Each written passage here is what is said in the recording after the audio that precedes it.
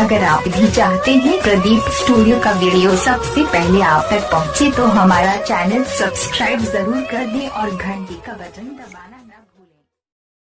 आप सुन रहे हैं प्रदीप स्टूडियो को।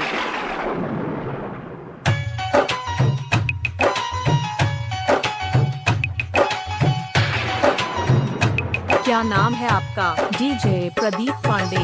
ये नाम है आपका? आपका घर कहाँ है? बीरपुर बाजार। अखन अपने सब सुन रहल छी धर्मेंद्र निर्मलिया के।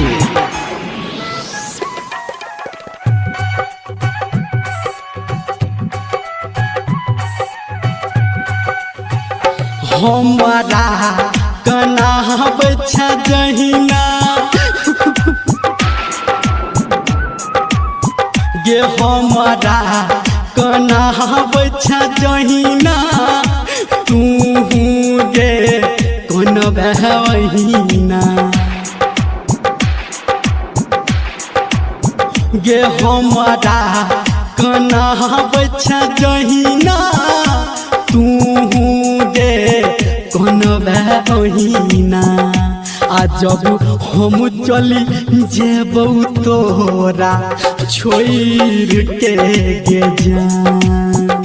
आ जब हम चली जेबौ तोरा छोड़ के गे जान। DJ good Madhubani, DJ good Madhubani, DJ good Madhubani. क्या नाम है आपका? डीजे प्रदीप पांडे। ये नाम है आपका? आपका घर कहाँ है? बीरपुर बाजार। दिल के दुखा बच्चा जहिना गे दिल के दुखा बच्चा जहिना दिल तोरो दुख तो गेना गे दिल के दुखा बच्चा जहिना दिल तोरो दुख तो गेना। आ जब हम मरी जेबौ तोरा छोड़ के गे जान। आ जब हम चली जेबौ तोरा छोड़ के गे जान। क्या नाम है आपका? डीजे प्रदीप पांडे। ये नाम है आपका? आपका घर कहाँ है? बीरपुर बाजार।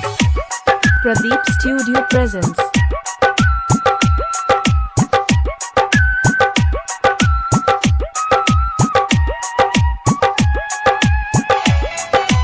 अखन अपने सब सुन रहल छी धर्मेंद्र निर्मलिया के। सपना देखा बच्चा जहिना ये सपना देखा बच्चा जहिना ई सपना गे टूटत तहिना ये सपना देखा बच्चा जहिना ई सपना गे टूटत तहिना। आ जब हम उड़ी जेबौ तोरा छोड़ के गे जान। आ जब हम मरी जेबौ तोरा छोड़ के गे जान। क्या नाम है आपका? डीजे प्रदीप पांडे। ये नाम है आपका? आपका घर कहाँ है? बीरपुर बाजार।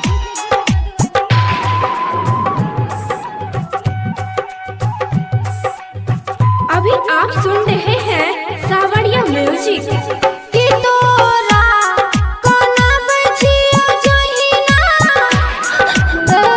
बोलना कि तोरा कोना बचिया जहिना हम हुता कान जोहिना। तू तो झूठ बाजै छी।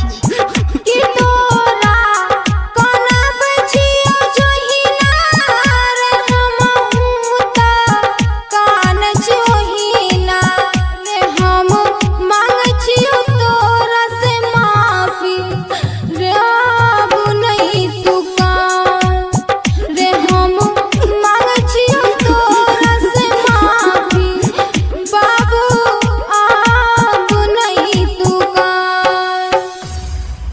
Pradeep Studio presents. Please subscribe my channel.